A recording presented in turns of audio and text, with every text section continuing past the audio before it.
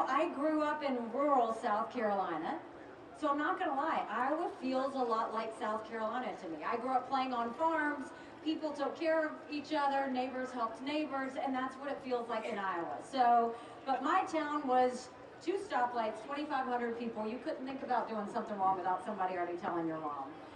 But I want to talk to you now about what's going on in the country and what we think is wrong, and then we're going to open it up for questions. And there's nothing I won't answer. You just may not like my answer, but there's nothing I won't answer.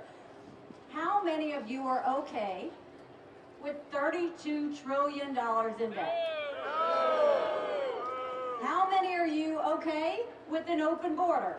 How many of you are okay with the fact that our kids are so far behind and they want to keep everything from us in terms of parents knowing what's happening in the classroom? Right? And then how many of you are okay with China infiltrating our country?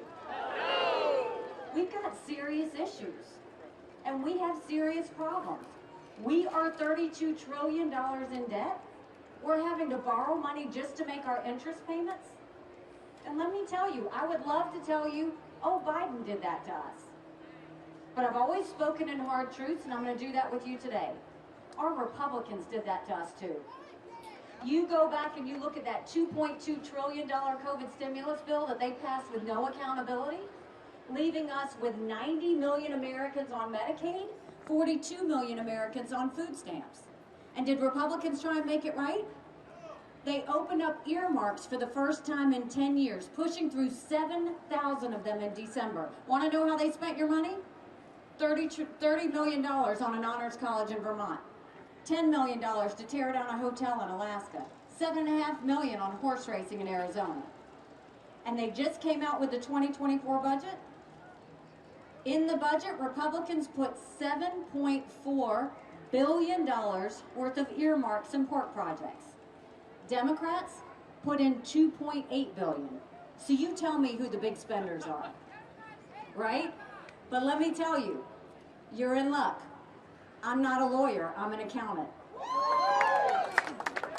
When we become president, we'll stop the spending, we'll stop the earmarks, we'll stop the borrowing, and I will veto any spending bill that doesn't take us back to pre-COVID levels. We're going to make sure government works for the people and not the people working for government. We're going to close down our borders. We're going to open up our classrooms. And we're going to make sure we deal with China once and for all. And Iowa is the front line. Now, I know Iowa's an important state, and everybody likes to think it's because of the caucus. That's important too.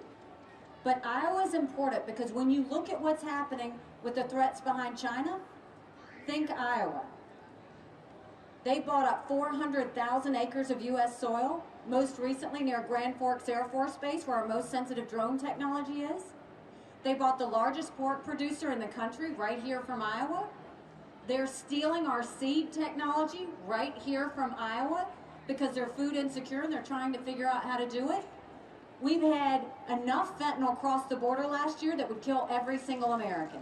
#1 cause of death for adults 18 to 49, fentanyl. Don't think for a second China doesn't know what they're doing when they send it over. You look at the fact they're stealing $600 billion worth of intellectual property from us every year, and they're building up their military. They have the largest naval fleet in the world. They have 350 ships. They'll have 400 ships in 2 years. We won't have 350 ships in 2 decades. They're building hypersonic missiles. We're barely getting started. They're doing cyber. They're doing artificial intelligence. They're doing space.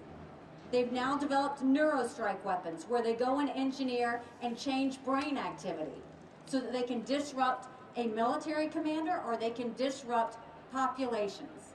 We need to get our act together. It's time to wake up.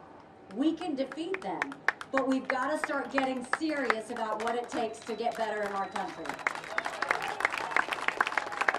There's lots of issues we can talk about, but I'm going to turn those issues over to you. So we've got questions. Anybody raise your hand. There's nothing I won't answer.